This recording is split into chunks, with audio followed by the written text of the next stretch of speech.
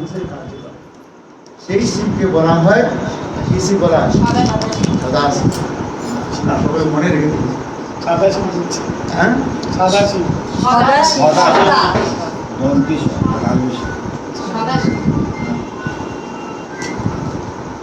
আর হচ্ছে জীব তত্ত্ব, এই জন্য বলা হচ্ছে দুইটা তত্ত্ব বলা হয়েছে, জীবকটি আর ঈশ্বর কোটি। এগুলো কাল আমরা আলোচনা করলাম।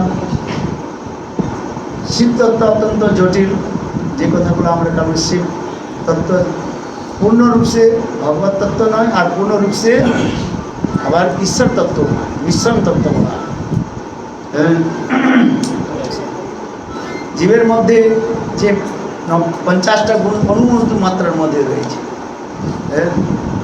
আর দেবতাগণের মধ্যে 50টা গুণ অধিক মাত্রায় রয়েছে। কিন্তু শিবের মধ্যে কতটা গুণ আছে মনে আছে? 55টা গুণ, 55। দেবতার থেকেও অধিক রূপে শিবের মধ্যে রয়েছে। তার মধ্যে 50টা গুণ দেবতাদের রয়েছে, আর 5টা গুণ মায়া সংমিশ্রণ গুণ রয়েছে সেখানে। এই নিয়ে শিবের মোট হয়েছে 55টা গুণ, বলে 55 গুণ রয়েছে। এসব কথা কাল আমরা আলোচনা করলাম। শিব হচ্ছে পরম তত্ত্ব। তিনি শিব কি গায়ে মাখেন? ছাই ভস্ম মাখেন। ছাই ভস্ম কেন মাখেন জানেন? ছাই ভস্ম জগৎ জীবকে শিক্ষা দিচ্ছেন এই সংসারটা হচ্ছে অনিত্য। ভোগের বিলাসে লোকে মত্ত হয়ে সংসারের মধ্যে থাকে আর দুঃখ কষ্ট ভোগ করে। তাই সৃষ্টি দেখালেন এই সংসারটা হচ্ছে অনিত্য বস্তু, আজ আছে কাল নেই। দুদিনের সংসার ভোগ করে আর কি হবে? বৈরাগ্যের তিনি এইটা দেখিয়েছেন। এই দেহের পরিণতিটা কি? দেহের যে পরিণতি, অন্তের দেহ কি হবে নাকি? পুড়িয়ে দিলে এক মুষ্টি ছাই হবে। আর যদি মাটির মধ্যে যদি কবর দিয়ে যায় তাহলে কি হবে? ওই কীড়াগুলো কেটে খেয়ে দিয়ে আবার তারা পায়খানা করে মাটি তৈরি করে। এই জন্য শিবজি দেখালেন এই দেহের পরিণতিটা কি হচ্ছে। এই সংসারের মধ্যে জীব আমার বলে বাস মার ঝগড়া করতে থাকে। ঈশ্বরের সংসারই ছায়াবাজি প্রায় ইহাতে মমতা করি বৃথা দিন যায়। হায় হায় নাই ভাবি অনিত্য ঈশ্বর, জীবন বিগতে গেলে কোথা রহিবে তোমার বৈভব। ভক্তিমোহন ঠাকুর বলেছেন, তাই না? এটা তো বাংলা আপনারা সহজ বুঝছেন কি বুঝেন না? आप बांग्ला बुझे? आप बांग्ला समझते हो कि नहीं? आप अपने बांगाली আছে? সব বাঙালি। এই জন্য যে এ দেহেরও এই পরিণতি ছায়াবাজি প্রায়। ছায়াবাজি প্রায়টা কি বলুন তো? বাংলা বুঝেন, বলুন ছায়াবাজি কি? এ দেহের এই ছায়াবাজি প্রায়। ছায়াবাজি কি জানেন? ওই আমাদের দুর্গা পূজার সময় বা সরস্বতী পূজার সময় যখন দেবদেবীর পূজা হয় তখন ওই আতশবাজি খোল করেন। আচ্ছা, আতশবাজি বলেন তো, যে বউ চরখি, কি চরখি বলে বলে গেছিল সব। আরে এটা ঢেরা পাখের মধ্যে ঘুরতে থাকে। তারাকাঠি, छुरछुरी बोलते हैं চুরচুরি বলে। সেগুলো একটু সময় কি 5-7 মিনিট ঝিকঝিক করে, তারপরে ফুলঝুরি। কতগুলো বোম থাকে, একটু উপরে গিয়ে আকাশের মধ্যে গিয়ে কিছু সব 2-4 সেকেন্ডের জন্য 5 সেকেন্ডের জন্য একটু আলো করে দিল, তারপরে অন্ধকার। এইটাই বলছে ছায়াবাজি। বাজি মানে ওই ঠিক সংসারটা ঠিক তদ্রূপ আমাদের ছায়াবাজি প্রায়। যে বলছেন কিসের সংসার এই ছায়াবাজি প্রায়, ইহাতে মমতা করি বৃথা দিন যায়। ভক্তিমোহন ঠাকুর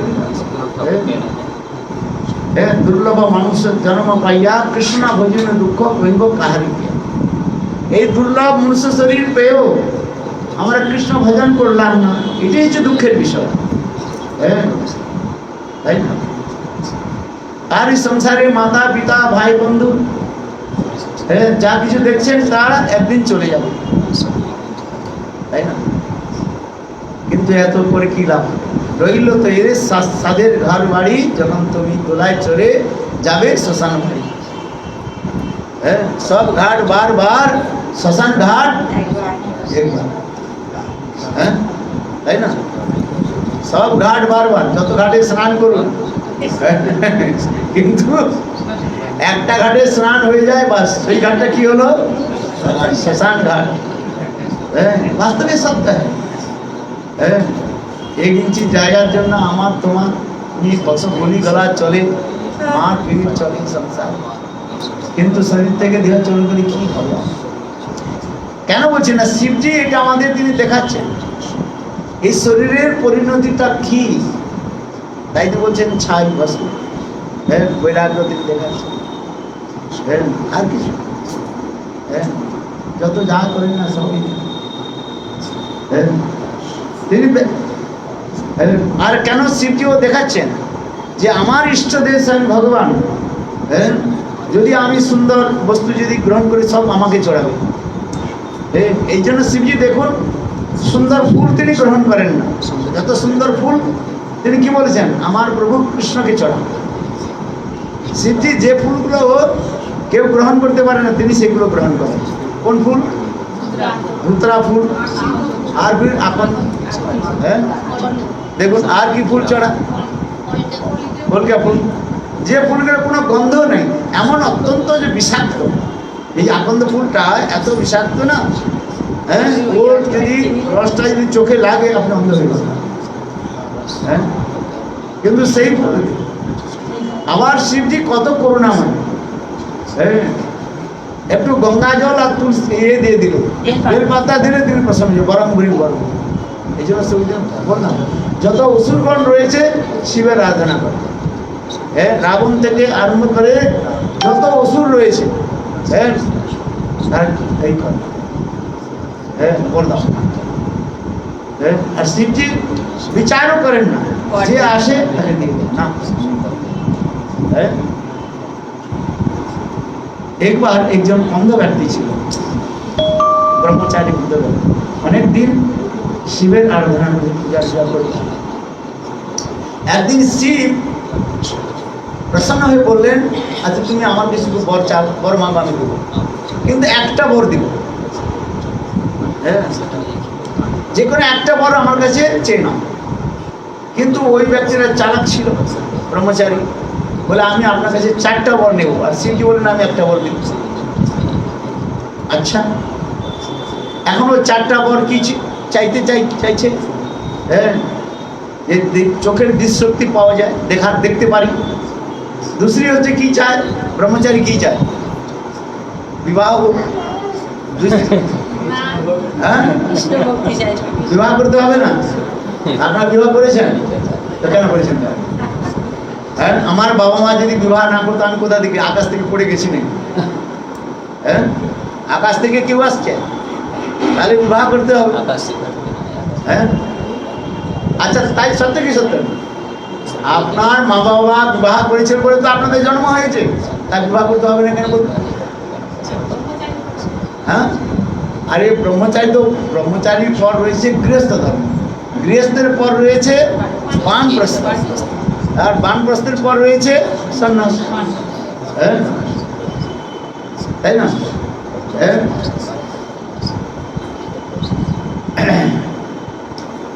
তাই সেই তিনি বিচার করছেন যে আমার চোখের দৃষ্টিশক্তি ফিরে পাই, দেখতে যেন পাই। আর দ্বিতীয় কি চাইছে? যে আমি সুন্দর একটা পত্নী পাই, বিবাহ। যে সুন্দর করে ঘরেতে ঝাড়ু দিবে, পিঠে ঝাড়ু দিবে না, তাই না? বিবাহ করলে সুন্দর লাগে না? প্রথমে কি বলে? I love you. তারপরে কি বলে? I hate you, I kill you, এসব বলে। প্রথমে হয়টা কি? চন্দ্রবদনী, চন্দ্রমুখী। কেমন সুন্দর হয়। হ্যাঁ, চন্দ্রমুখী হয়। তারপরে কি হয় সব আপনারা জানেন।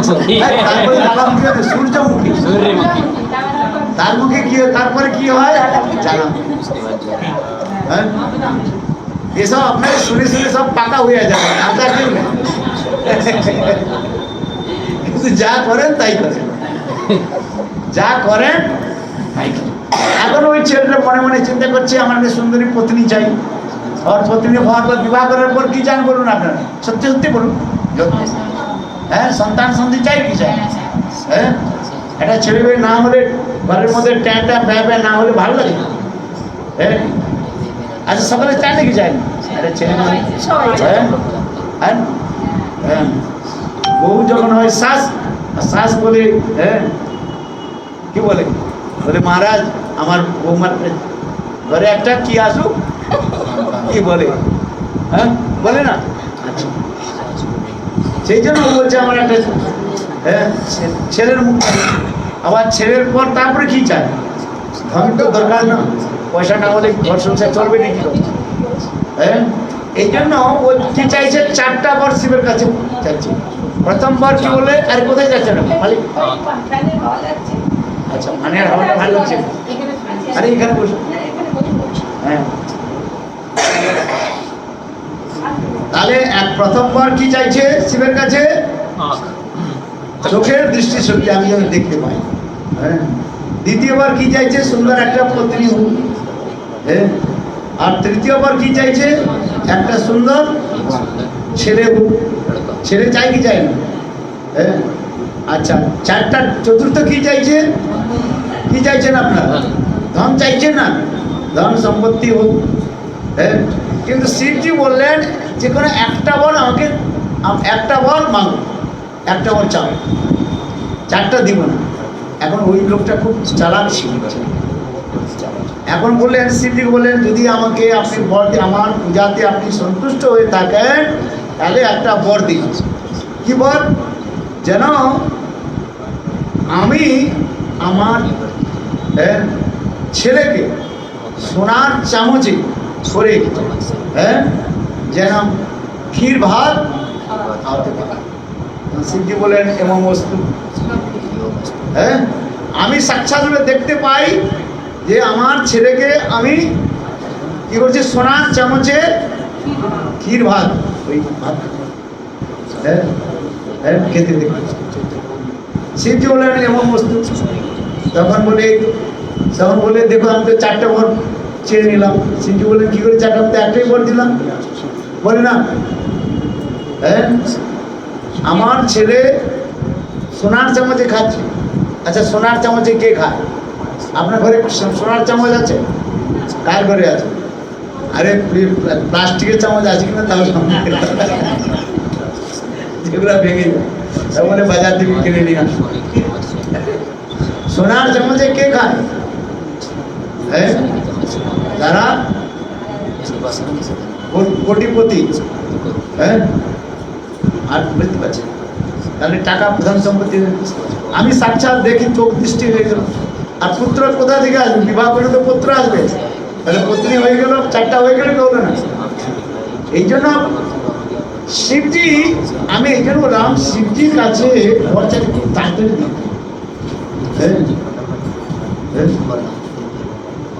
আর কালকে কি একটা প্রশ্ন করছিলাম বলুন দেখি, মনে আছে? পরীক্ষিত মহারাজ সুখদেব গোস্বামী নিকট এই প্রার্থনা একটা প্রশ্ন করলেন, যারা লক্ষ্মীপতি বিষ্ণুর আরাধনা করেন তারা গরিব হয়, আর শিবজির যারা আরাধনা করেন তারা কি হয়, বড় লোক হয়। যে শিবজির কাছে কিছু নাই। হ্যাঁ, শিবজি কোথায় থেকে শ্মশানে মশানে ঘুরে বেড়ায়? শিবজি কোথায় থেকে পাহাড় পর্বতে কোথায় থাকে? নিজেরও ঘর নেই। হ্যাঁ, এক সময় দেবী পার্বতী বিবাহের পর শিবজিকে বললেন দেখো আমাকে বিবাহ করে এনেছো, বিবাহ করার পর একটা ঘর তো দরকার, তুমি কৈলাসের মধ্যে থাকো, আর সেখানে পাহাড় কি বলে বরফ, হ্যাঁ না ঘর আছে না কিছু আছে, একটা অন্তপক্ষে তুমি ভাই পুরুষ মানুষ, হ্যাঁ পুরুষ লোক যেখানে স্নান কাটলে গামছা পরে স্নান করে হয়ে গেল। হ্যাঁ কিন্তু আমি স্ত্রী লোক, হ্যাঁ, আমার কি দরকার? একটা কমসে কম তো একটা দেওয়াল তো দরকার, হ্যাঁ, একটা ঘর দরকার। তুমি ঘর কিছু করো নাই, আর আমাকে বিবাহ করে এরকম ভাবে রেখেছো। শিবজি বলে, দেখো পার্বতী, আমার সময় নাই ঘর করার জন্য। তাহলে বিবাহ কেন করলে? ঘরের মধ্যে ঝগড়া হয়, করতে তো বলে না, তো বিবাহ কেন করে? তোমাকে বিবাহ করে আমার জীবনটা বৃথা চলে গেল, বেকার চলে গেল। এই কথাগুলো তো প্রত্যেক স্ত্রী আর প্রত্যেক পতি বলে এই কথা। তোমাকে যদি আমার বিবাহ, তোমাকে না বিবাহ করে আমার ভালো হবে, তোমাকে বিবাহ করে আমার না ভালো হবে। হ্যাঁ, ঘরের মধ্যে হয় না ঝগড়া হলে? এগুলো হয় কি হয়? হয়। এখন তাই পার্বতী বলছেন যে আমাকে বিবাহ করেছো আর ঘর করো না। তখন শিবজি বলছেন, দেখো আমার সময় না, ভগবানের নাম করতে হয় আর ভগবানের চিন্তন করতে হয়, আমার সময় কথা। আচ্ছা, কিন্তু একটা ঘর করে দিতে হবে। এখন শিবজি কি করলেন জানেন? চারটা বরফের সিলিং করলেন, বরফের হ্যাঁ, চারদিকে দিয়ে রেখে দিলেন, আর উপর থেকে আর একটা বরফের সিলিং, এটা ঘর হয়ে গেল। আচ্ছা, কিন্তু যখন সূর্যের তাপ হয় না, তো বরফটা কি হলো? বলো না। এখন দেবী ভাবলেন কি করে, পতি তো কাউরবে না কিছু, হ্যাঁ, কোনো ঘরের মধ্যে পতি তো কিছু কাজ করে না, বা করে নিজের মতো থাকে। এখন পত্নী বলে কি করে বাল বাচ্চাকে তো পালন পোষণ করতে হবে, আমাকেই করতে হয়েছে। অনেক ঘরে মায়েরা তারা পতি অপেক্ষা তারা অধিক কাজ করে না, হ্যাঁ, এরা সকলে জানে। হ্যাঁ, এখন দেবী কি করছেন, একদিন চিন্তা করলেন কি করা যায়। একদিন, হ্যাঁ, দেখুন, ধনকুবের হচ্ছে শিবের উপাসক ছিল, শিবের পূজা। হ্যাঁ, কি বললাম? ধনকুবের। হ্যাঁ, এখন শিবজিকে গুরু বলে মানে। এখন ঘুরতে ঘুরতে একদিন ধনকুবের শিবজির ঘরে এসছেন, তখন শিবজি কোথায় চলে গিয়েছেন কাজে। এখন দেবী পার্বতী একাই রয়েছেন। কথা প্রসঙ্গ করতে করতে দেবী পার্বতী বললেন, দেখো তোমার গুরুদেব, হ্যাঁ, আমার জন্য কিছু করে না একটা ঘর করলো, না কিছু করলো। আমি কিছু বললাম তো চারটা বরফের কি বলে সিঁড়ি, এধার চাই, এধার একটা রেখে দিল, ওধার একটা রেখে দিল, ঘর হয়ে গেল। আর হচ্ছে যখন সূর্যের তাপ হয় গলে চলে গেল। ধনকুবেরের কথা শুনে বললেন কি, গুরু মাতা শুনুন, আপনার জন্য সবচেয়ে বড় সুন্দর, পৃথিবীর মধ্যে সবচেয়ে সুন্দর আমি অট্টালিকা গৃহ তৈরি করে দিই। আচ্ছা, এখন ধনকুবের তো টাকা প্রচুর, বিশাল করে ঘর তৈরি করে দিয়েছি। হ্যাঁ, সুন্দর করে ঘর তৈরি হয়ে গেল। ঘর হয়ে যাওয়ার পর দেবী পার্বতী শিবজিকে বললেন যে পতিদেব, এখন আমার গৃহ প্রবেশ করি। হ্যাঁ, শিবজি বলেন, হ্যাঁ, গৃহ তো প্রবেশ করতে হবে, গৃহ প্রবেশের আগে একটা যজ্ঞ করতে হবে না, বিনা যজ্ঞে কি করে গৃহ প্রবেশ হবে? হ্যাঁ, তারপরে আচ্ছা, তার একটা ব্রাহ্মণ খুঁজে ব্রাহ্মণ ডেকে আনা যায়। সবচেয়ে বড় ব্রাহ্মণকে রাবণকে নিমন্ত্রণ দিল। রাবণ অ্যাকচুয়াল রাবণ ব্রাহ্মণের পুত্র ছিল। হ্যাঁ, এই অসুর সঙ্গ করে না, ও দুষ্ট হয়ে গেছে। হ্যাঁ, রাবণ কার পুত্র ছিল জানেন? রাবণের পিতার নাম কি? হ্যাঁ, সে বলে উগ্রসেনের মধ্যে বিশ্বশ্রবা মুনি।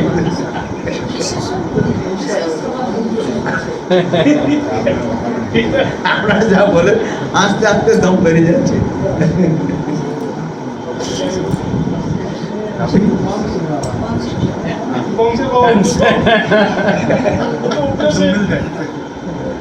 আচ্ছা শুনুন, আচ্ছা তারপরে কি হলো? এখন রাবণকে ডাকা হলো। রাবণ খুব ভালো সংস্কৃত উচ্চারণ ভালো করে। মন্ত্র যে কর্মকাণ্ডের মধ্যে বলা হয়েছে, মন্ত্রটা ঠিক করে জপ না করলে বা মন্ত্র ঠিক উচ্চারণ না হলে, অনুসার বিসর্গগুলো রয়েছে না, বা যেখানে সন্ধি আদি রয়েছে, সেইগুলো যথাযথভাবে মন্ত্র উচ্চারণ না করলে মন্ত্রের ফল তো পাওয়া যায় না, আবার কখনো কোনো মন্ত্রের উল্টা ফল হয়ে যায়। হ্যাঁ, এগুলো কর্মকাণ্ড ভক্তি রাজ্যের মধ্যে অতটা নেই। হ্যাঁ, বিষ্ণবে নমঃ আর বিষ্ণায় নমঃ। হ্যাঁ, ভগবান ভাবগ্রাহী জানা। হ্যাঁ, চলুন এখন শিবজিকে ডাকা হলো। শিবজি বলছি রাবণকে ডাকলেন। রাবণ কি বলে, আমি তো যজ্ঞ করবো কতদিন, 1 মাস যাবত আমাকে যজ্ঞ করতে হবে। হ্যাঁ, এখন 1 মাস যাবৎ শিবজি যজ্ঞ করলেন। হ্যাঁ, হ্যাঁ, প্রতিদিন 4 ঘন্টা 5 ঘন্টা যজ্ঞ করলেন। যজ্ঞ যখন হয়ে গেল, এখন বলছে গৃহপ্রবেশ তো হবে, যজ্ঞ সমাপ্তি হয়ে গেল। এখন যজ্ঞ সমাপ্তির পর কথাটা কি আছে জানেন, ব্রাহ্মণকে দক্ষিণা দিতে হবে। দক্ষিণা না দিলে যজ্ঞের ফল পাওয়া যায় না। এই জন্য অনেক সময় আমি যখন কার্যাদি করি না, তখন বলি ভাই দক্ষিণা বলি, মহারাজ দক্ষিণার কথা কেন বলেন? বলে দেখো, এটা শাস্ত্রের মধ্যে বলা আছে, তুমি 1 পয়সা দাও, 8 আনা দাও, 4 আনা দাও, দক্ষিণাটা না দিলে যজ্ঞের ফল সেখানে আপনি পাবেন না। আমার তো কোনো দরকার নেই, কিন্তু তথাপি শাস্ত্রের মধ্যে রয়েছে। হ্যাঁ, কার্য করার পর দক্ষিণা দেওয়ার, দক্ষিণার মন্ত্র আছে ওখানে। হ্যাঁ, দক্ষিণার নেওয়া দেওয়ার মন্ত্র রয়েছে, বুঝতে পারছেন? হ্যাঁ, দক্ষিণার নেওয়ার আর দেওয়ার দুইটা ওর মন্ত্র রয়েছে, দাতা গ্রহিতা মন্ত্র রয়েছে। নাহলে এমনি একটা খামের মধ্যে পুরে দিল, হয়তো 50 রুপিয়া আছে কি 5 রুপিয়া আছে। হ্যাঁ, অনেকে করে না, বলে দেখাতে হবে না। বলে না, ঠিক আছে, যা করো সেটা হচ্ছে মন্ত্রের দ্বারা দক্ষিণাটা নিতে হয় আর দিতে হয়। আচ্ছা চলুন, এখন শিবজি বলেন দেখুন, রাবণ 1 মাস কি করেছে, যজ্ঞ করেছে। অগ্নির সঙ্গে সোহাসকে লড়ে। যজ্ঞ করা কঠিন আছে, কঠিন আছে? হ্যাঁ, কঠিন আছে, যজ্ঞ ঠিক করে। এখন বলছেন, শিবজি বলছেন, দেবী পার্বতী, আমার কাছে কিন্তু পয়সা তো নাই, আমি তো লুঙ্গিটি পরে ঘুরে বেড়াই। হ্যাঁ, শিবজি তো কোনো পরে নেই, কুর্তাও পরে না, জামাও পরে না। আমাদের জামার মধ্যে আছে না, পকেট আছে। পকেট আছে কি না? যত সাধু আছে সব পকেট আছে। আবার কোনো কোনো সাধু জামাই পরে না। হ্যাঁ, কিন্তু তারা পয়সা ছুঁয়ে না। হ্যাঁ, একজন বলছে আমি তো পয়সা ছুঁই না। হ্যাঁ, কিন্তু আমি পয়সা ছুঁই না, আমার যে শিষ্যটা রয়েছে না, ও সব বাঁধে। হ্যাঁ, বুঝতে পারছেন? এসব অনেক কথা রয়েছে। হ্যাঁ, এখন শিবজি বলছেন দেখো, রাবণ 1 মাস যাবৎ যজ্ঞ করলো, তাকে দক্ষিণা তো তেমন দিতে হবে না, 5 টাকা দিলে হয়ে যাবে। হ্যাঁ, দক্ষিণাটা দিতে হবে ভালো করে। হ্যাঁ, আজকালে ব্রাহ্মণ এই জন্য যজ্ঞ করতে চায় না। ব্রাহ্মণ বলে বেকার কাজ করে কি 3 ঘন্টা যজ্ঞ করে হয়তো 11 টাকা প্রণামী দিয়ে দিবে। হ্যাঁ, হয় নাকি? হ্যাঁ, আমার তো এখন বাঙালি ছিল না, এই বাস 4 আনা 8 আনা পয়সা দিয়ে দেবে, হবে। এই জন্য ব্রাহ্মণগণ সব এসব ব্রাহ্মণ কার্য ছেড়ে টেড়ে দিয়ে জুতার ব্যবসা আরম্ভ করে। চ্যাটার্জি শু হাউস, কলকাতায় দেখবেন না, চ্যাটার্জি শু হাউস বলে জুতার ব্যবসা করে। হ্যাঁ, হ্যাঁ, কেন বলে ভাই, আমি বলি ভাই তুমি ব্রাহ্মণ এই জুতার ব্যবসা কেন করছো? বলে ভাই কি করবো আর, হ্যাঁ, লোকের বাড়িতে গিয়ে পূজা টুজা করে সারাদিন ঘুরে ঘুরে এসে 11 টাকাও হয়নি। অন্য কোনো পয়সা তো অন্য জায়গাতে খরচ করবে, কিন্তু ব্রাহ্মণ বিদারবালা 11 টাকা নাহলে 21 টাকা, আর খুব বেশি হলে 51 টাকা দিবে। হ্যাঁ, তাই না? আর এইদিকে জামাইয়ের জন্য বাজার থেকে বর্তমান কলা নিয়ে আসবে, আর লক্ষ্মী পূজার জন্য ছোট ছোট কলাগুলো সে আবার 3-4 দিন পরে থাকে, বাজারে বিক্রি হয় না। হ্যাঁ, সে বিলকুল কালা হয়ে গেছে। হ্যাঁ, হ্যাঁ, এগুলো সত্য কথা কি না? হ্যাঁ, ওই লক্ষ্মী পূজার জন্য এই যে একটুকু আমার সে মনে পড়ে আমাদের, ওই অতটা হচ্ছে আখ, হ্যাঁ, 1 পাক আখ, 3টা হচ্ছে কি বলে পানি ফল বলে তো। হ্যাঁ, আর হচ্ছে 5 পয়সা তখন পাওয়া যেত। হ্যাঁ, আর একটা হচ্ছে কলা, ওই করে কাঁঠালি কলা পাওয়া যায় না, এরকম বিলকুল আঙ্গুলের মতো। আবার সেইগুলো দোকানে পড়ে পড়ে বিলকুল কালা হয়ে গেছে। সেগুলো হচ্ছে লক্ষ্মী পূজার বাজার। হ্যাঁ, আর ঘরের মধ্যে জামাই এলে বলে জামাইবাবু আসছে, বর্তমান কলাগুলো নিয়ে আসবে, সেই কেরালা থেকে যে বর্তমান কলা সেগুলো নিয়ে আসবে। এই জন্য আজকাল ব্রাহ্মণ এসব কার্য ছেড়ে দিয়েছে ভাই। হ্যাঁ, আমি বলে ভাই তুমি ব্রাহ্মণ হয়ে চ্যাটার্জি সুভাষ তার ব্যবসা কেন করো? বলে কি করবো আর বলো, ব্রাহ্মণ কর্ম করে তো আর কিছু পাওয়া যায় না, 11 টাকা হলে সংসার চলে, আপনি বলুন। হ্যাঁ, আচ্ছা সত্য কথা কি? এই জন্য আর লোক আর ব্রাহ্মণ কার্য ছেড়ে দিয়েছে, মন্ত্র পড়া করে ছাড়ে বেকার করে। হ্যাঁ, আবার কতগুলো মন্ত্র করে জানেন? হ্যাঁ, এই যে আমরা তো উত্তরপ্রদেশে থাকি, একজন সত্যি সত্যি কথা বলছে, একজন হচ্ছে ব্রাহ্মণ আমার সঙ্গে বিবাহ করছে। তো বিবাহ একবার বলে, আমি বললাম ভাই কি মন্ত্রে বিবাহ করলে? বলে কি মন্ত্র করবো? হনুমান মন্ত্র। হ্যাঁ, হনুমান চাল্লিশা পড়ে বিবাহ করে দিচ্ছি। মানে কি বুঝে, গ্রামের লোক তো কি বুঝেটা কি বলে, হনুমান চল্লিশা পড়ে হয়ে গেছে যা। হ্যাঁ, আরে হনুমান তো বিবাহ করে না। এই জন্য বাস্তবে দেখো ব্রাহ্মণগুলো সব ছেড়ে দিয়েছে, কেবল লোক দেখানোর জন্য একটু করে। হ্যাঁ, আচ্ছা সত্যি কথা নাকি? এখন শিবজি বললেন দেবী পার্বতী আমার কাছে তো পয়সা নেই, আমি তো লঙ্গটি আছি, কেবল পরেই থাকি। লঙ্গটি বুঝেন? হ্যাঁ, কৌপিন পরে থাকি, আমাকে তো পয়সা টয়সা নেই, এখন তোমার কাছে আছে তো দাও। এখন দেবী পার্বতী বললেন দেখো আমার আর তোমার মধ্যে কেউ ভেদ নাই, আমি তো 1 পয়সাও রাখি নাই, দক্ষিণা তো কেউ আমাকে দেয় নাই আর না কিছু। তাহলে পয়সা দেবে, রাবণ এতদিন পয়সা দিল, কি করতে হবে? দক্ষিণা, বিনা দক্ষিণা তো আমার গৃহপ্রবেশ কী করে করবো? হ্যাঁ, তখন শিবজি বলেন 1 মাস ধরে রাবণ আমার শিষ্য, প্রিয় শিষ্য। হ্যাঁ, শিবজি কি বলেন যে রাবণ তোমাকে এই বাড়িটা আমি দান দিয়ে দিলাম। হ্যাঁ, শিবজি কি করলেন? তখন দেবী পার্বতী বলে হায় হায় এত বড় সুন্দর বাস্তব রাবণকে দিয়ে দেবো না, কি করবো, দক্ষিণা তো দিতে হবে। শিবজি আমার বৈরাগ্য, শিবজি যত রয়েছেন বৈরাগ্যের চূড়ামণি শিবজি, বুঝতে পারছেন? হ্যাঁ, শিবজি কিছু চান না, তিনি কি চান? একমাত্র ভগবানের ভজন, গোবিন্দের ভজন করে। হ্যাঁ, দেখুন জগন্নাথপুরী আপনার যান না, জগন্নাথ মন্দিরে কে কে গিয়েছেন বলুন তো হাত উঠান। জগন্নাথ মন্দিরে যেতে হলে সিংহ দরবার দিকে যেতে হয়, সিংহ দরবার দিকে যাবেন না, প্রথমে কার দর্শন করতে হয় বলুন তো? শিবের দর্শন করতে হবে। ওখানে যে শিব রয়েছে না, কোন শিব প্রায়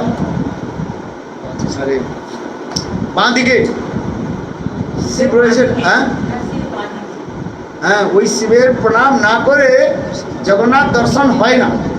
আরে নামটা ভুলে যাচ্ছে, ওই শিবের দর্শন করতে হবে। হ্যাঁ, এখন একজন ব্রাহ্মণ ছিলেন জগন্নাথ, তিনি একজন বৃদ্ধ ছিলেন, অনেক দিন তিনি সেবা করে, শিবজির সেবা করেছেন।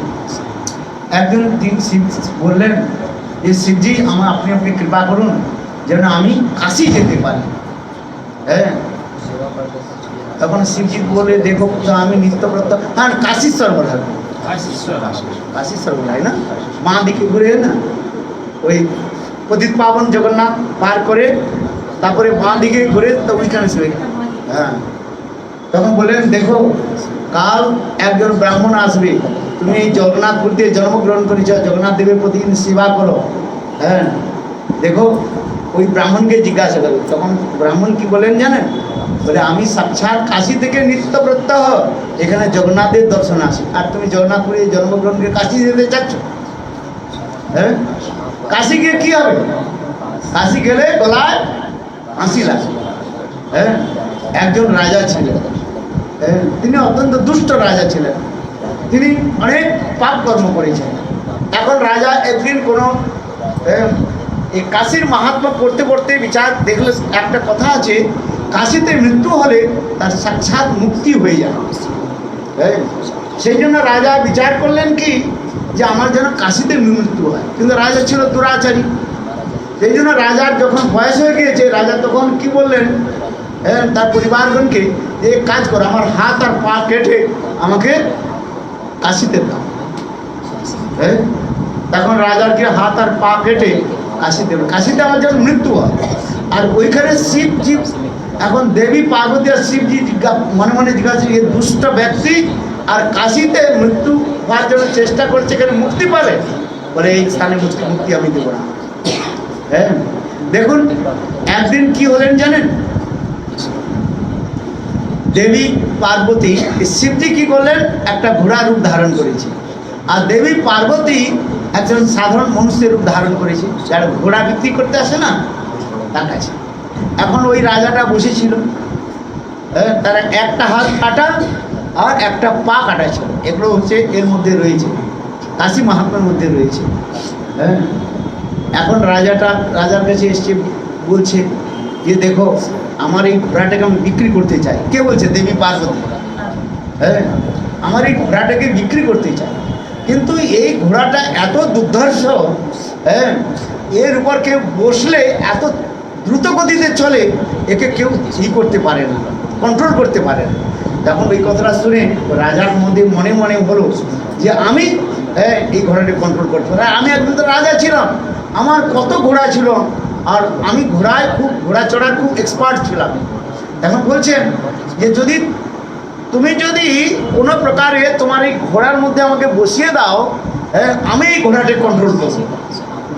তখন দেবী পার্বতী কোন, আচ্ছা তোমাকে আমি বসিয়ে দিচ্ছি।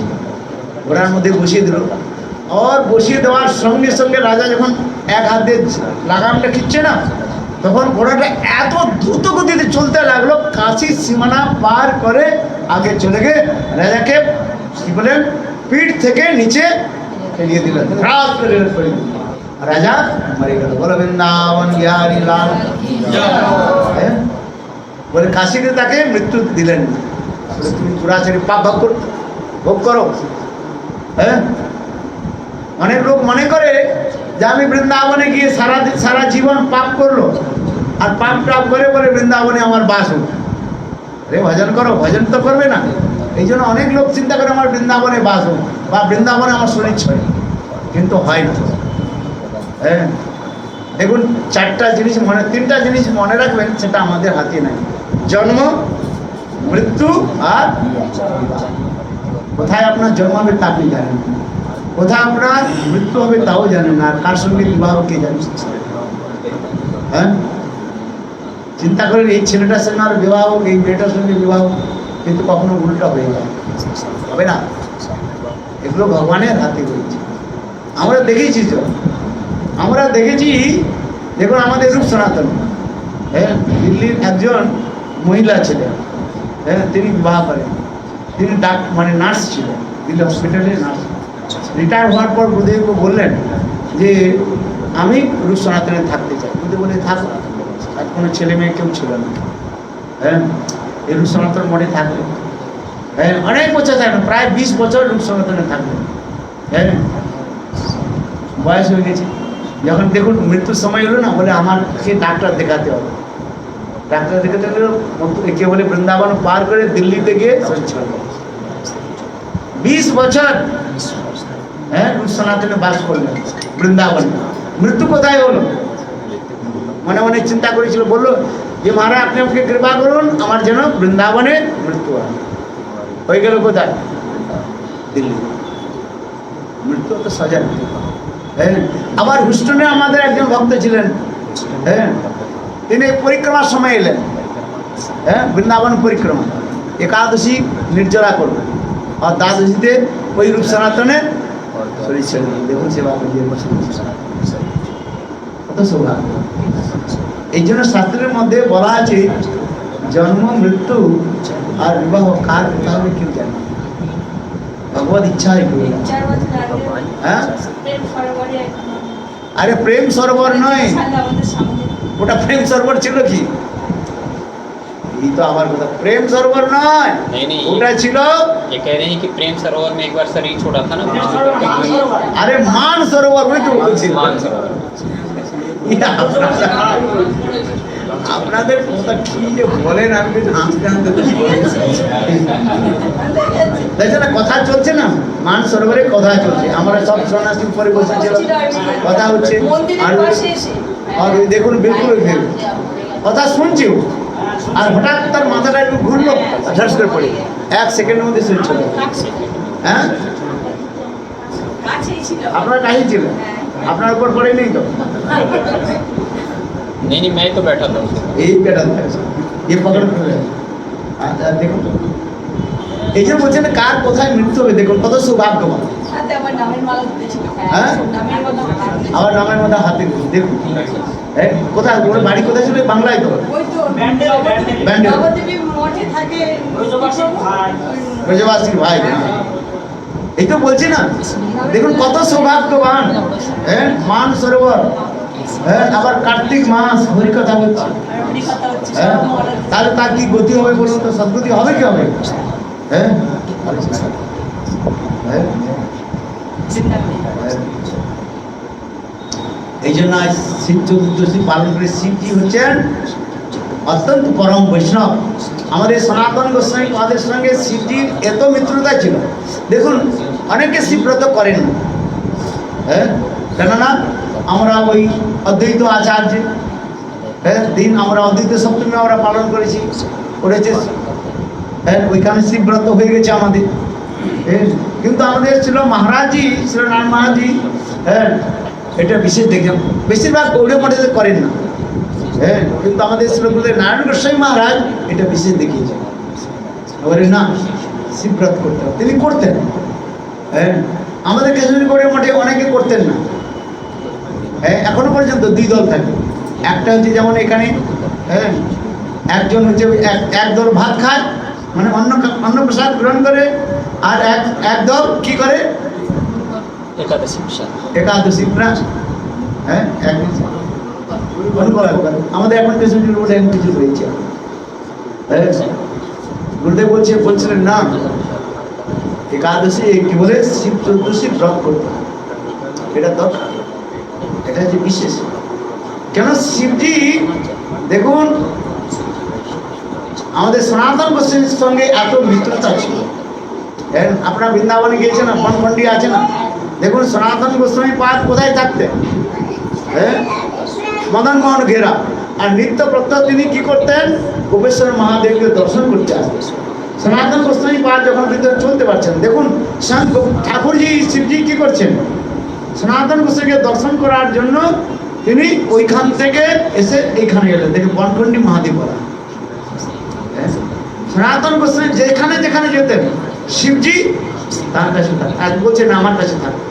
শিবজি দেখুন আপনার গোবর্ধন গিয়েছে না, দেখুন চক্রেশ্বর মহাদেব বলা আছে, লোক ভাষা বলে চক্রেশ্বর মহাদেব। হ্যাঁ, ওখানে খুব মশা, সনাতন গোস্বামী পাদ গিয়েছে, তাকে বলে এখানে মশা খুব হয়েছে, এখানে আমি থাকবো না, আর চলে যাই। শিবজি কি বললেন? শিবজি বলেন সনাতন তুমি আমাকে ছেড়ে যাবো না, এখানে থাকবো, আমি এখন টাকুট করে দিচ্ছি, জটা ফোটা করে এখানে করে দিল। আর সেই সময় এখনো পর্যন্ত ওই জায়গার মধ্যে এখন মশা হয়নি, অন্য জায়গায় মশা হয়। দেখবেন আমাদের গিরিধারী গোবর্ধন মঠে শুবেন তো পুরা আপনার রক্ত খেয়ে চলে যাবে, কিন্তু দেখুন ওইখানে চক্রেশ্বর মহাদেব ওইটুকু জায়গার মধ্যে এখনো পর্যন্ত মশা আছে। আশ্চর্য, শিবজি ওখানে দেখেন, ওখানে আছে সনাতন গোস্বামী পাদের ভজন কুটির, আর পাশে রয়েছে চক্রেশ্বর মহাদেব। হ্যাঁ, দর্শন করেছেন কিন্তু দেখুন শিবজির সঙ্গে এত আমাদের ঘনিষ্ঠ ছিল সনাতন গোস্বামী। হ্যাঁ, ওই যে ছায়াবাদ বলছে না, দেখতে এক সেকেন্ড মধ্যে আজ কি উৎসব হচ্ছে? এখন কালী পূজা কি করবো? কার্তিক মাসে কালী পূজা। আচ্ছা, 12 মাস কেউ মান করে রেখেছে, ছাগল বলি দেন আরে কেমন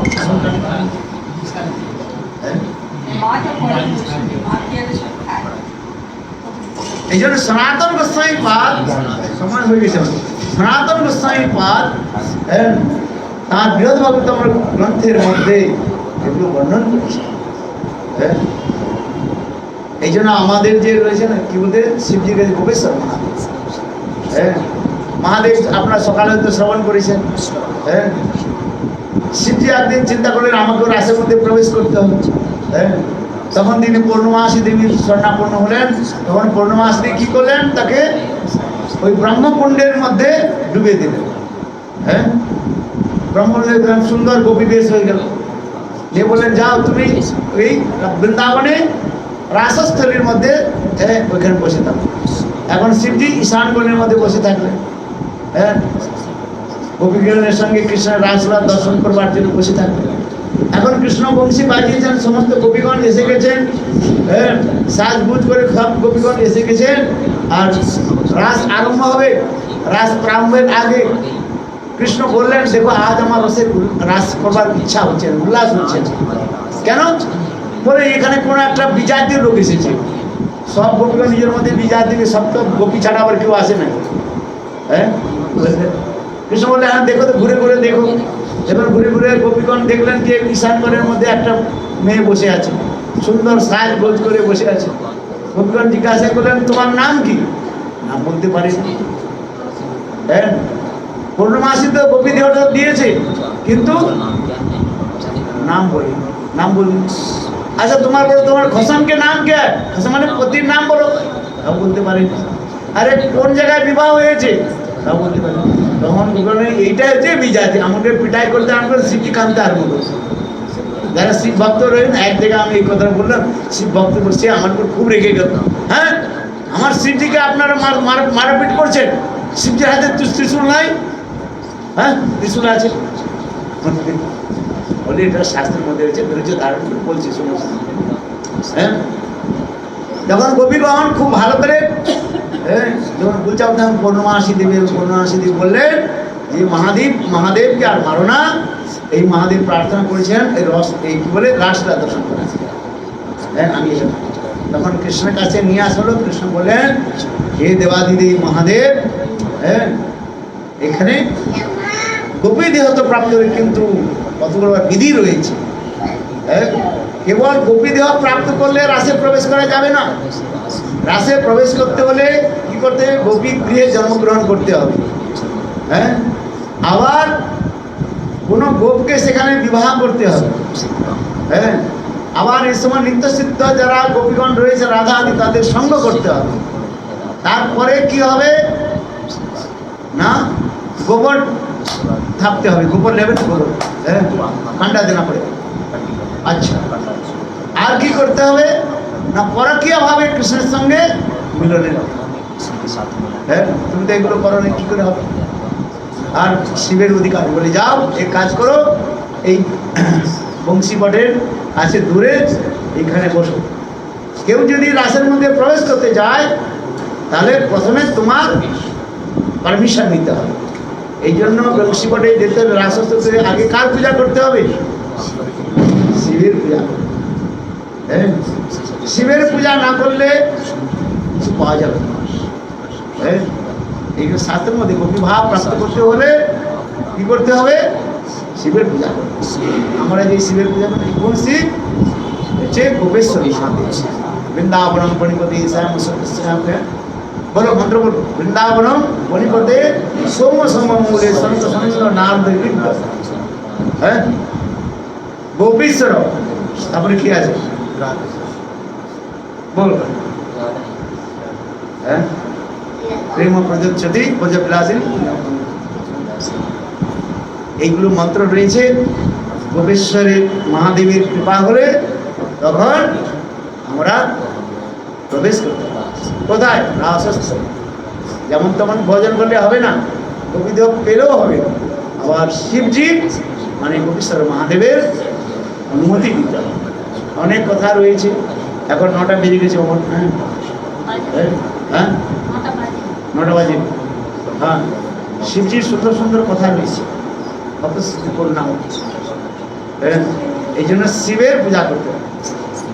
কিন্তু শিবের পূজা করে স্বতন্ত্রভাবে কেউ শিবের পূজা করে, সেখানে কি হয়? অপরাধ হয়। স্বতন্ত্র মানে শিবজি একজন ভগবান আর কৃষ্ণের ভগবান। শিবকে বৈষ্ণব জ্ঞানে বা গুরু জ্ঞানে কেউ যদি পূজা করে, তখন শিব প্রসন্ন হয়। হ্যাঁ, অনেকে বলে আমরা এই শিবের প্রসাদ খান। শিবের কি প্রসাদ? গাঁজা ভাঙ নিয়ে এসে শিবের প্রসাদ। হ্যাঁ, অ্যাকচুয়াল শিব হচ্ছেন বৈষ্ণব, বৈষ্ণব ঠাকুর। হ্যাঁ, ওয়ে বৈষ্ণব ঠাকুর দয়াল সাগর, এদাসে করুণা করি, আর দিয়া পদ ছায়া সদয়ে আমারে তোমার চরণ ধরি। হ্যাঁ, ভক্তিমান ঠাকুর কীর্তন। শিবজি হলেন পরম বৈষ্ণব। শিবজির কৃপা হলে তখন আমরা ভগবানের সেবা করতে পারি। এই জন্য শিবজিকে গুরু জ্ঞানে বা বৈষ্ণব জ্ঞানে তার সেবা করতে হবে। হ্যাঁ, ওই যে আপনার মায়াপুর যাবেন, ওখানেও শিবজি রয়েছে। হ্যাঁ, আছে কি আছে? মায়াপুর যে যাবেন দেখবেন ওখানে শিবজি আছে। শিবজিকে বলা হয় ধাম রক্ষক। যত ধাম রয়েছে সেই ধামের রক্ষক কে? শিবজি। হ্যাঁ, প্রভুর সেবার জন্য তিনি সদা সর্বদা ব্যস্ত। হ্যাঁ, নবদ্বীপে যাবেন, ওখানে রয়েছে শিবজি রয়েছেন। হ্যাঁ, কি শিব রয়েছেন? বুড়ো শিব রয়েছে। হ্যাঁ, শিবতলা আছে না, বয়স হয়ে গেছে। হ্যাঁ, শিবজি রয়েছে। বৃন্দাবনে যাবেন, বৃন্দাবনে গোপেশ্বর মহাদেব। হ্যাঁ, নন্দগ্রামে যাবেন, নন্দীশ্বর। হ্যাঁ, পর্বতবে সেখানে শিবজি রয়েছে। যেখানে যাবেন, কামেশ্বর যাবেন, হ্যাঁ, কাম্ববনে কামেশ্বর রূপে তিনি সেখানে বিরাজমান রয়েছে। মথুরাতে চারদিকে তিনি শিবজি চার মূর্তি ধারণ করেন, রঙ্গেশ্বর, গোকর্ণেশ্বর, পিপলেশ্বর আর ভূতেশ্বর। সব ভূতেশ্বর, বুঝতে পারছেন? এই জন্য শিবের মাহাত্ম্য রয়েছে। শিবজিকে বলা হয় কি ধাম রক্ষক। আবার জগন্নাথপুরীতে যাবেন, ওখানে শিবজি রয়েছে। ওখানে কি শিব রয়েছে? লোকনাথ। হ্যাঁ, ধামের শিবজি। হ্যাঁ, শিবজি আছে, শিবজির কাছে ধন পয়সা তো নেই। হ্যাঁ, তো অস্ত্র কেন, ত্রিশূল কেন রাখে বলুন তো? যার কাছে ধন সম্পত্তি থাকে, হ্যাঁ, টাকা পয়সা থাকে, বডিগার্ড রাখে, নাহলে বন্দুক নিয়ে চলে। শিবজির কাছে তো কিছু নাই, ত্রিশূল কেন নিয়ে চলে শিবজি বলুন? হ্যাঁ, শিবজি যখন বসে না ত্রিশূলটা বসে। হ্যাঁ, দেখুন দুইজন সবসময় অস্ত্র নিয়ে চলে। একটা হচ্ছে একজন হচ্ছে শিবজি, ত্রিশূল নিয়ে সবসময় চলে। হ্যাঁ, ধ্যানস্থ করতে বসলো, ত্রিশূলটা রেখে দিই, ধ্যান করতে হবে। আর হনুমানজি, হনুমানজির হাতে কি থাকে? সদা থাকে।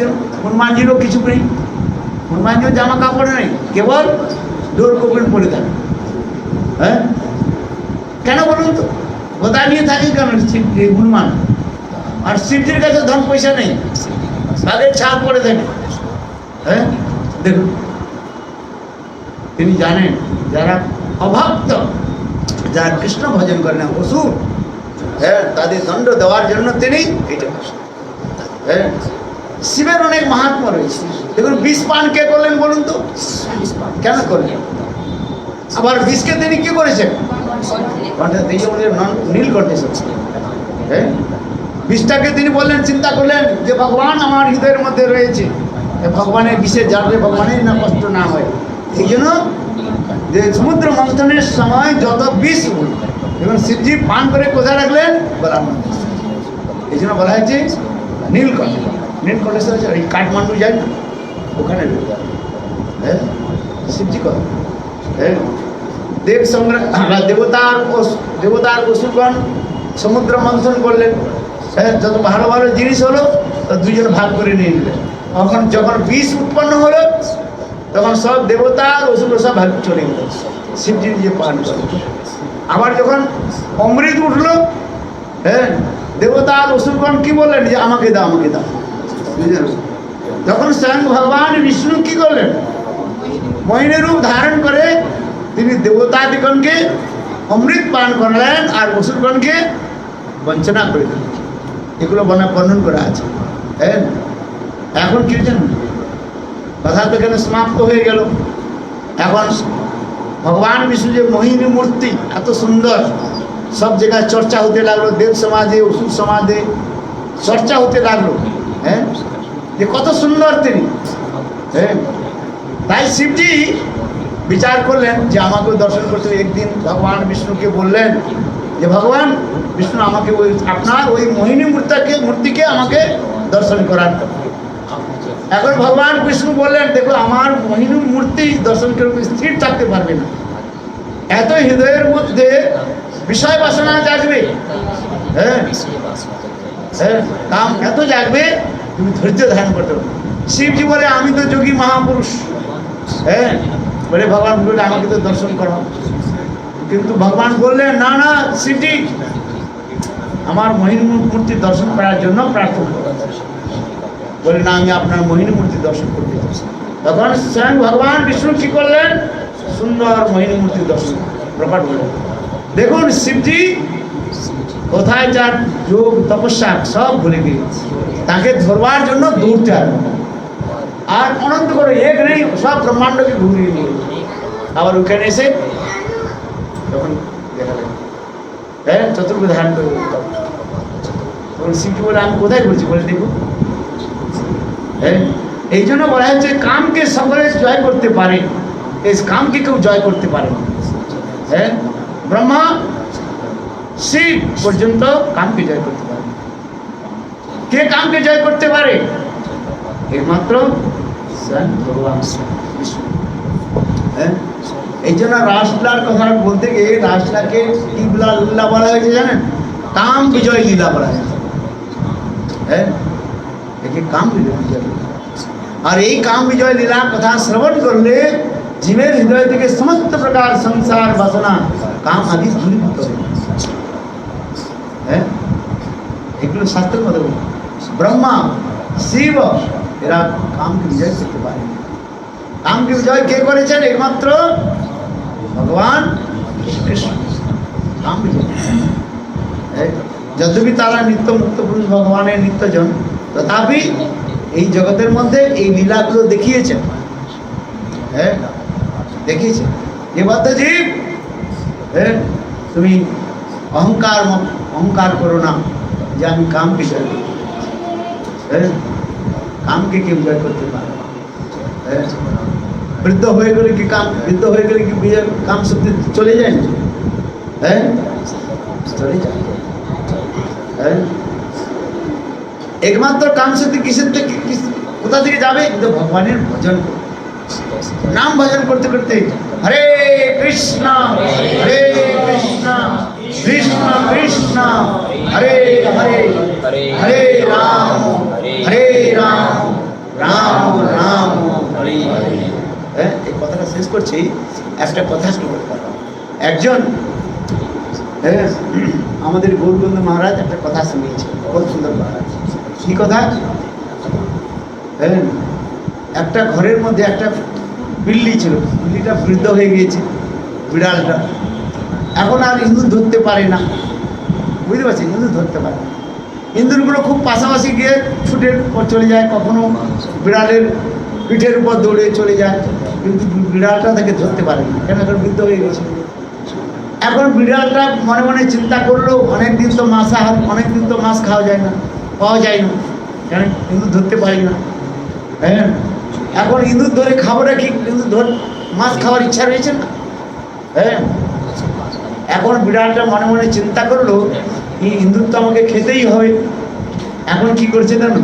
বিড়ালটা কি করছে, মাথায় তিলক নিয়ে নিয়েছে, গলায় কণ্ঠি করে নিয়েছে, হাতে একটা জপমালা নিয়ে নিয়েছে, আর বগলে একটা ভাগবত নিয়ে নিয়েছে।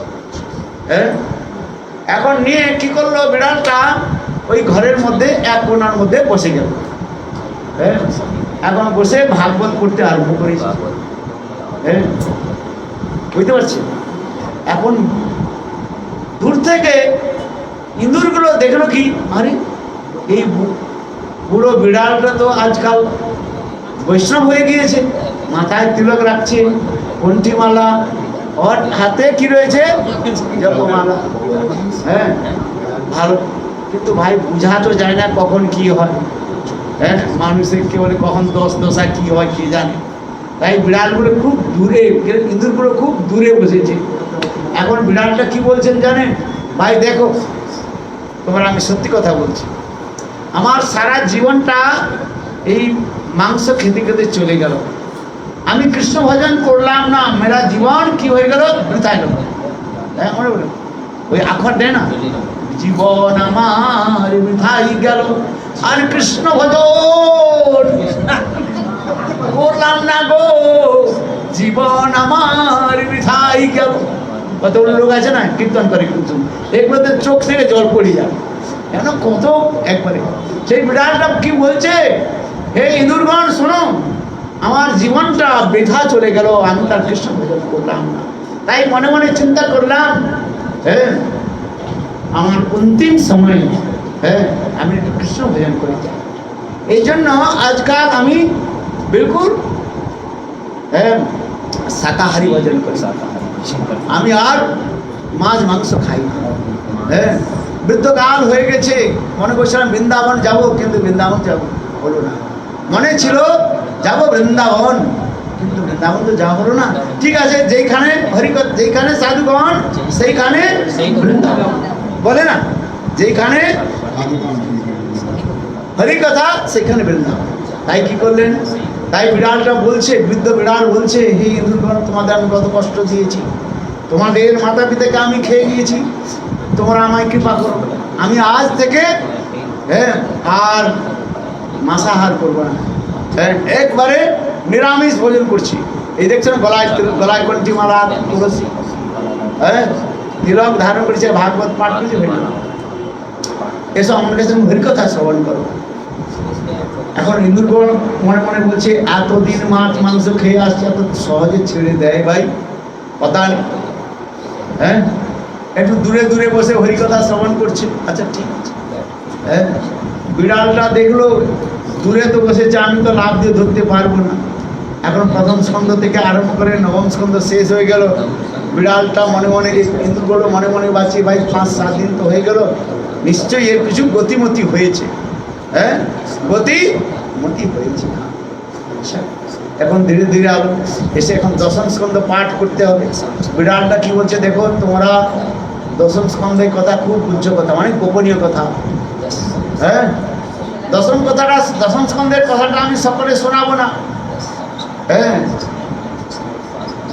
তখন বিড়াল ইঁদুরগণ বলছেন, দেখুন না শুনলে আমার কি, এতদিন ভাগবত কথা আপনার কাছে শুনলাম, দশম স্কন্ধ শুনতেই হবে। বলছে ঠিক আছে, তাহলে একটু কাছের দিকে এসো।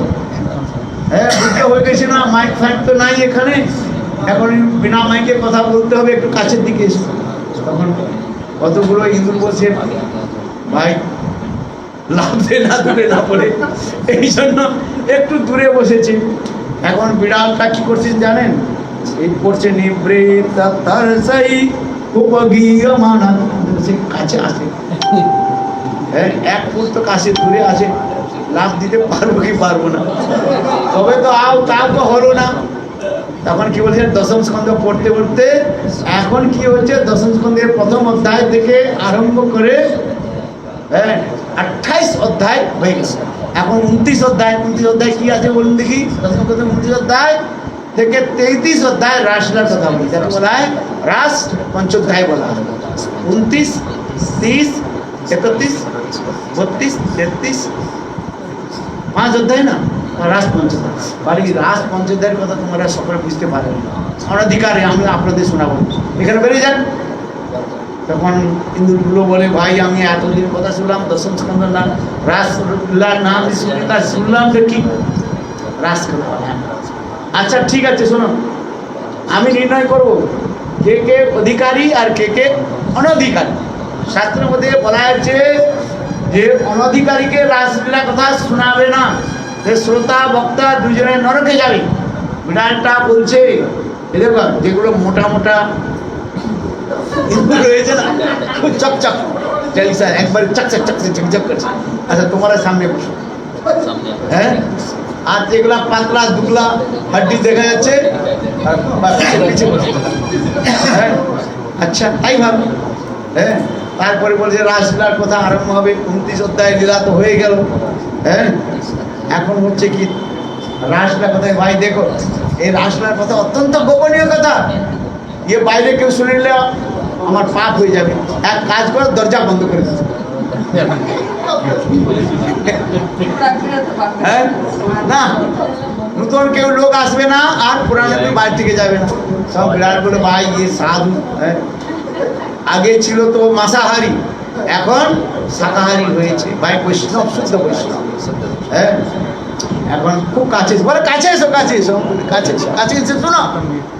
হ্যাঁ এখন কি হচ্ছে, বিড়ালগুলো সেখানে শ্রদ্ধা হয়ে গেছে, কি বলে ইন্দুরগুলো খুব শ্রদ্ধা হয়ে গেছে আছে সে।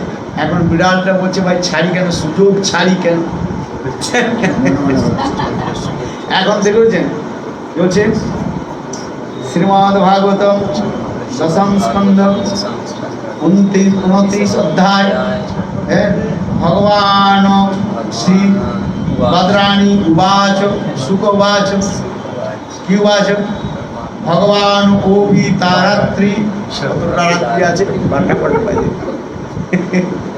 আচ্ছা বলছে এরা খুব মনোযোগ দিয়ে শুনছে। এখন বিড়ালটা কি বলছে দরজা তো বন্ধ হয়ে গেছে, বাড়িতে যেতেই পারবে না। এখন বিড়ালটা কি বলছেন ছাপা ঝাপ ইন্দ্রগুলোকে মেরে খেয়ে নিল। বলে বৃন্দাবন বিহারী লাল কি জয়। তাৎপর্যটা কি? অনেকে এইরূপ করে। এই জন্য বলছেন যে বুড়ি ইঁদুর বন, এই বুড়ি বুড়ি বিড়াল বর্ণনা। বুড়ি বুড়ি বুঝতে পারছেন যেটা বুড়ো হয়ে গেছে। বিড়াল বর্ণনা যথার্থ হৃদয়ের মধ্যে গোবিন্দকে স্থাপন। অনেক রয়েছে না, উপর থেকে খুব সুন্দর, কিন্তু হৃদয়ের মধ্যে সমস্ত বিষয় বাসনা দিকে আছে। এই যে আমাদের নরোত্তম দাস ঠাকুর কি বললেন, আর কবে নিতাই চাঁদের করুণা হবে, সংসার বাসনা মোর কবে তুচ্ছ, বিষয় ছাড়িয়া কবে শুদ্ধ হবে মন, কবে হাম হিরব। উচ্চস্তরের কথাগুলো শুনতে হলে না এই রাসলা কথা যাত্রার কাছে শুনতে। আমার গুরুদেব একটা বলছেন দেখুন ত্রিমাথার কাছে যার 3টা মাথা রয়েছে তার কাছ থেকে উপদেশ নিতে হবে। 3টা মাথা কার আছে বলুন তো? যারা এই বলে না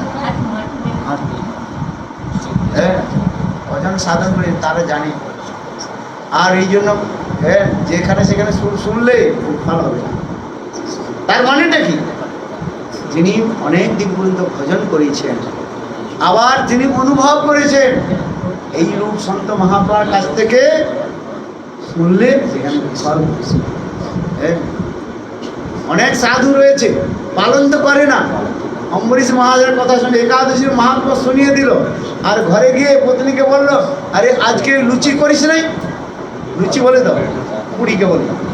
বলে আমি তো আজকে গেলাম ভাগবত কথা শোনার দিন, ওই শুনলাম যে আপনি বললেন যে একাদশীর দিন এই লুচি আর খেলে পাপ হবে। আরে তুই কেন চলে গেলি? তোকে তো বললাম যেতে না বললাম।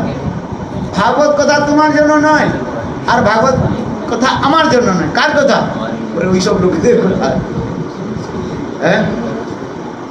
তার মনে কি আচরণবিহীন, আচরণবিহীন সব বুঝতে পারছেন?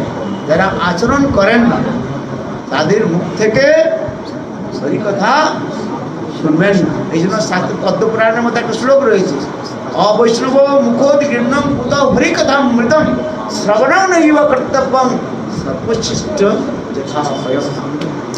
দুধ পান করলে শরীরের মধ্যে শক্তি হয়, তাগত আসে, কিন্তু সেই দুধটা যদি বিষধর সাপের মুখের দ্বারা দূষিত হয়ে যায়, সেই দুধ পান করলে মৃত্যু আশঙ্কা, মৃত্যু। ঠিক তদ্রূপ যদ্যপি ভগবানের কথা অমৃত, তব কথা মৃতম তপ্ত জীবন, কিন্তু তথাপি অবৈষ্ণব যারা রয়েছে, যারা বৈষ্ণব নয়, তাদের মুখ থেকে ভগবানের এই কথাগুলো শ্রবণ করলে কি হবে? উল্টা ফল হবে, আরো কাম জেগে যাবে, আরো বিষয় বাসনা জাগবে। কেন না? তো এই তার মুখের কথাটা সেটা কি না? বিষ। এই জন্য বললেন অবৈষ্ণব মুখোদ গৃহ্ণম কুত হরি কথা মৃতম শ্রবণং নৈব কর্তব্যম সর্বশিষ্ট। এই জন্য ভগবানের কথা শুনতে হবে কার কাছ থেকে? বৈষ্ণবের কাছ থেকে, শিবজির কাছ থেকে শুনতে হবে। এই জন্য ভাগবত কে বলেছেন? শিবজি নিজে পার্বতী দেবীকে শ্রবণ করিয়েছেন। এই ভাগবত কথাকে বলা হয় অমর কথা। এই অমর কথা শিবজি কাকে বলেছিলেন? আমি বলেছিলেন অমরনাথ, পার্বতী, অমরনাথ। আমরা অমরনাথ গিয়েছেন? কে গিয়েছেন? হাত উঠান। বাপ রে বাপ, অমরনাথ চলে গিয়েছেন। দেখতে পারলেন সেখানে পাহাড় একটু পিছিয়ে পড়ে গেলে নিচে চলে যাবে, 300 ফুট নিচে চলে যাবে, 400 ফুট নিচে। হ্যাঁ, আমার কথা। হ্যাঁ, দেখুন অমরনাথ, হ্যাঁ, এই জন্য শিবজি হচ্ছে বৈষ্ণব।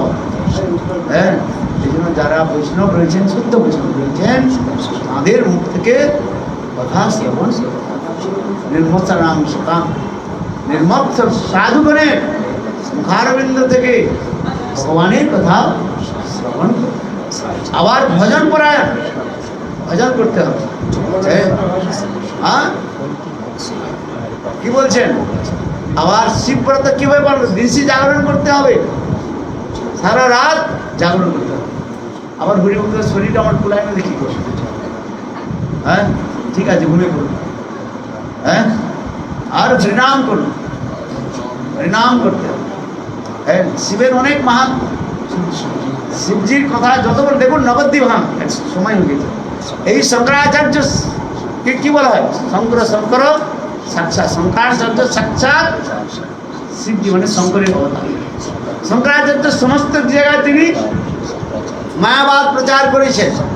হ্যাঁ, কিন্তু শঙ্করাচার্য যখন নবদ্বীপে এলেন, তখন চৈতন্য মহাপুরুষ শঙ্করাচার্যকে বললেন, হে শঙ্কর, হে শিব, আমারই নবদ্বীপ ধাম, অপ্রাকৃত ধাম, তুমি এখানে মায়াবাদ প্রচার করবে। এগুলো ধাম মহাত্মার মধ্যে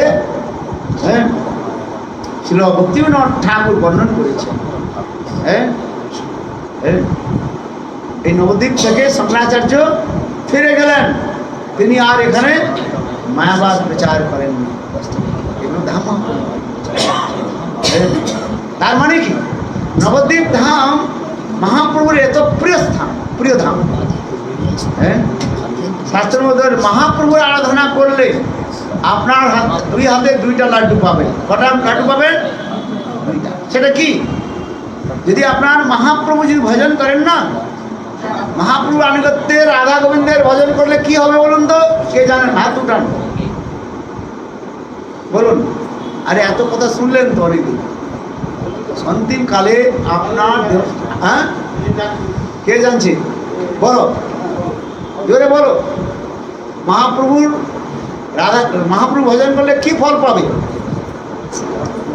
আত্মাটা আপনার সেখানে একসঙ্গে আপনি বৃন্দাবনের রাধা গোবিন্দের সেবা করতে পারবেন, আর একসঙ্গে উদারময় ভূমি নবদ্বীপ ধামের সেবা করতে পারবেন।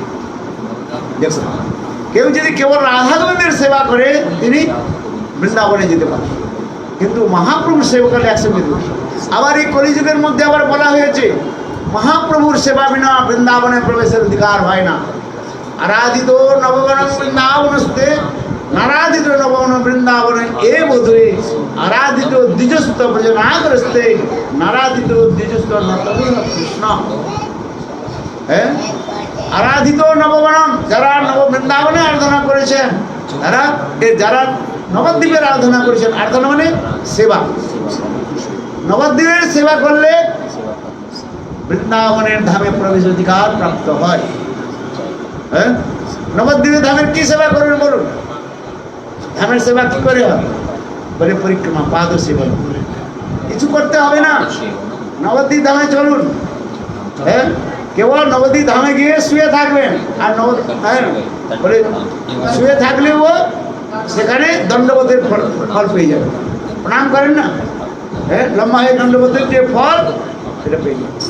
কেবল নবদ্বীপে গায়ে শুয়ে থাকবেন, চলুন, আর কিছু করতে হবে না আপনাদের।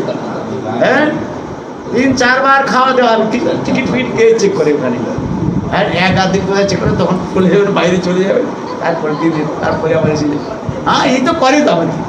আরে আমি তো 40 বছর দেখছি, যখন না টিকিট নিবানন্দ মানে টিকিট চেক হতো, তখন টিকিট চেকের সময় ওই লোকগুলা যে দিবে না, তারা ওই রাধা বাজারে চলে গেল, আবার তারপরে এসে ভাববে কি চেক করে।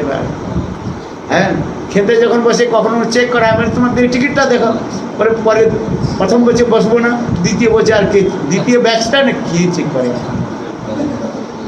দিতে হবে না। চলো, যদি ভগবান দিয়েছেন তো দেন, আর না দিলে দরকারই নেই। আরে আমাদের ব্রহ্মচারী মানুষ সাধুগণ এত পয়সা চাল করে কি করবে, খাও সব। হ্যাঁ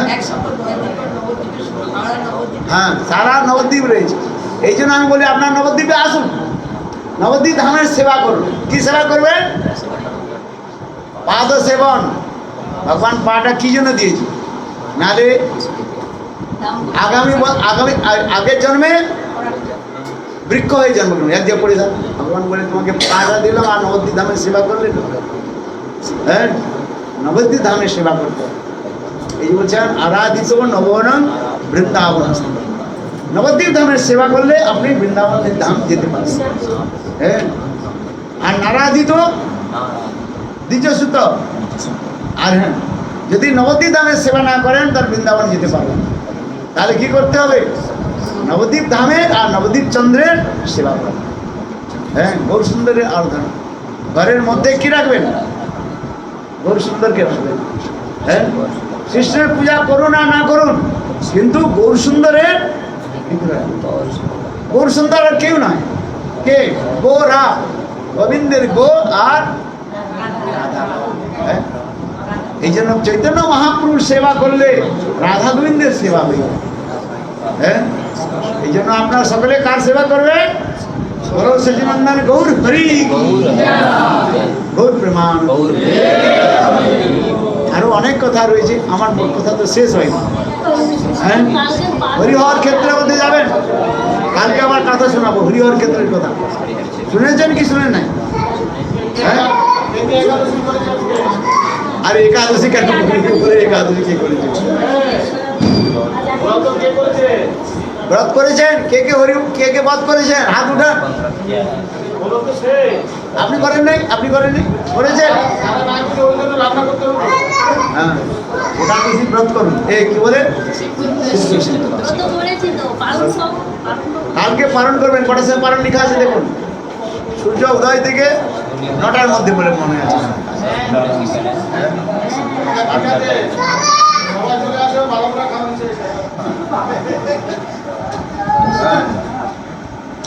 বৃন্দাবন বিহারী লাল কি জয়, জয় শ্রী রাম।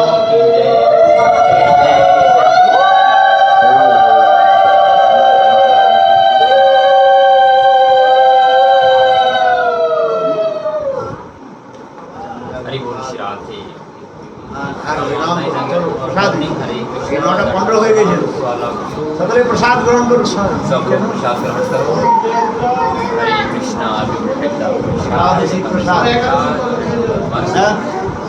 আপনার বাড়ি কোন জায়গা? এখানে? হ্যাঁ, আপনার বাড়ি খাসে না? आपको बाड़ी कितना नहीं आपका घर किधर है?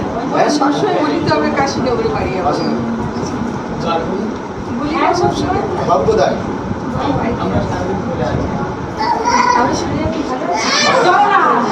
সবাই আমাকে ভুলে গেছে, আমাকে সবাই ভুলে গেছে। বলা যায় কে ভুলে যাবে কোথায়? ভুলে যাবে কোথায়?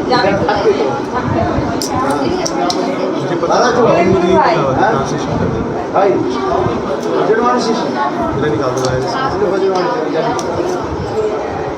কিন্তু সেই প্রথম থেকে শুরু থেকেই okay again we will come online in Bangla Bangla बुझे पढ़ो जय गोविंद दास सुशांत कृष्ण दास अखिलेश दास हरे कृष्णा दंडोत प्रणाम श्री गुरुदेव अरे अखिलेश दास यू अंडरस्टैंड बांग्ला ಸ್ವಲ್ಪ ಸ್ವಲ್ಪ ಗೊತ್ತು हैं सुशांत कृष्ण दास बांग्ला बुझियो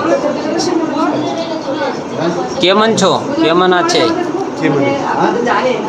केमन आछे अखिलेश दास प्रमोद कुमार पांडे स्टेट अमानी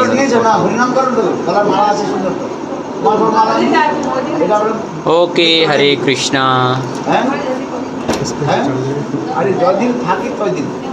अरे जितना दिन रहेंगे रहेंगे सब लोग अरे नाम करो एहसान कर दिया आपने आने कर लज्जा करबे ना बिडाल क्या बोलते हैं? चूहा बिडाल। बिडाल बिल्ली। हाँ हाँ ठीक है मैं उसके ट्रांसलेशन में बोलते चूहा, मैं स्टोरी नहीं समझ में कहीं क्या हो रहा बताओ तुम्हें तो कुछ यही है। है, उतना अच्छे से नहीं आती। अरे बाबू अखिलेश बाबू समझ में आवत है। अच्छा कृपा करें, एक आने कृपा करें। बिडाले का मतलब क्या होता है बताओ, बड़ा अंग्रेजी पढ़ रहे हो तुम। चलो ओके, प्रणाम, आ जाओ जल्दी से परिक्रमा में। परिक्रमा सकले आसन ठीक है अखिलेश प्रभु, सकले सुबह सुबह आ जाना है। हरे कृष्णा श्री राधे।